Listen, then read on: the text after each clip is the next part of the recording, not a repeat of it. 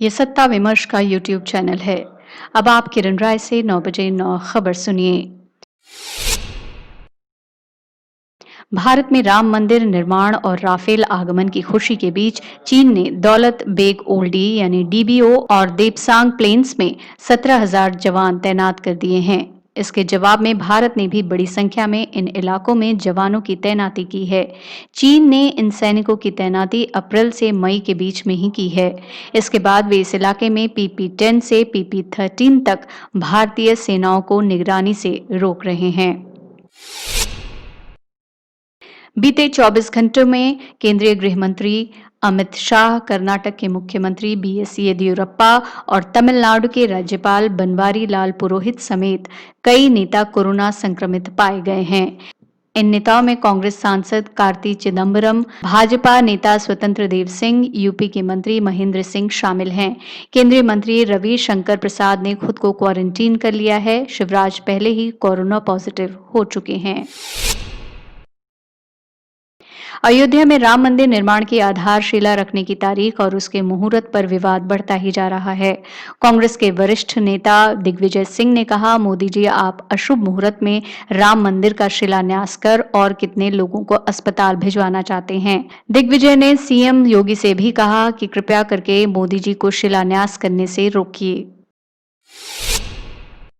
500 वर्षों के लंबे संघर्ष के बाद अयोध्या में भव्य राम मंदिर निर्माण के लिए सोमवार को गणेश जी की पूजा के साथ 3 दिवसीय अनुष्ठान शुरू हो गया है। इसके बाद माता सीता की कुल देवी छोटी देवकाली और भगवान राम की कुलदेवी बड़ी देवकाली की पूजा की गई। अयोध्या और बनारस के 21 पंडित पूजा करा रहे हैं। मुख्यमंत्री योगी आदित्यनाथ भी तैयारियों का जायजा लेने अयोध्या पहुंच गए हैं।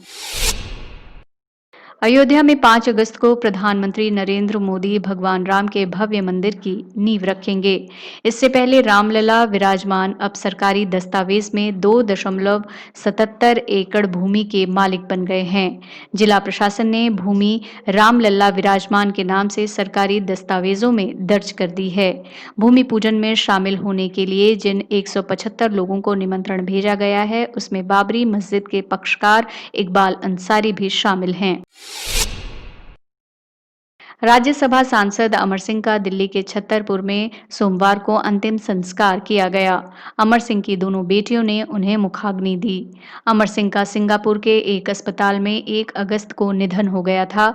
रविवार को उनका पार्थिव शरीर सिंगापुर से दिल्ली लाया गया था। कोरोना वायरस संक्रमण की वजह से उनके अंतिम संस्कार में चुनिंदा लोग ही मौजूद रहे। सुशांत सिंह राजपूत की मौत की जांच पर अब बिहार और मुंबई पुलिस आमने-सामने आ गई है। पहली बार मुंबई पुलिस कमिश्नर परमबीर सिंह ने कहा कि सुशांत के परिवार ने अपने बयान में पहले किसी पर शक नहीं जताया था। सिंह ने यह भी कहा कि रिया चक्रवर्ती के अकाउंट में पैसे ट्रांसफर होने के कोई सबूत नहीं मिले हैं। उन्होंने इशारों-इशारों में यह भी कहा कि बिहार पुलिस को मामले की जांच का अधिकार नहीं है। अफगानिस्तान के जलालाबाद जेल में हुए आत्मघाती हमले में 29 लोगों की मौत हो गई है और 50 घायल हैं। हमला जेल में बंद सैकड़ों आईएस आतंकियों को छुड़ाने के लिए किया गया था। करीब 18 घंटे चली मुठभेड़ में सुरक्षा बलों ने 3 आतंकियों को मार गिराया। जेल से भागे 700 कैदियों को फिर से पकड़ लिया गया है। ये सभी तालिबान और आईएस के आतंकी हैं। व्हाइट हाउस के chief of staff mark meadows ने कहा है कि अमेरिका में राष्ट्रपति चुनाव समय पर ही होंगे। उन्होंने कहा कि चुनाव 3 नवंबर को ही होंगे और इसमें राष्ट्रपति डोनाल्ड ट्रंप की जीत होगी।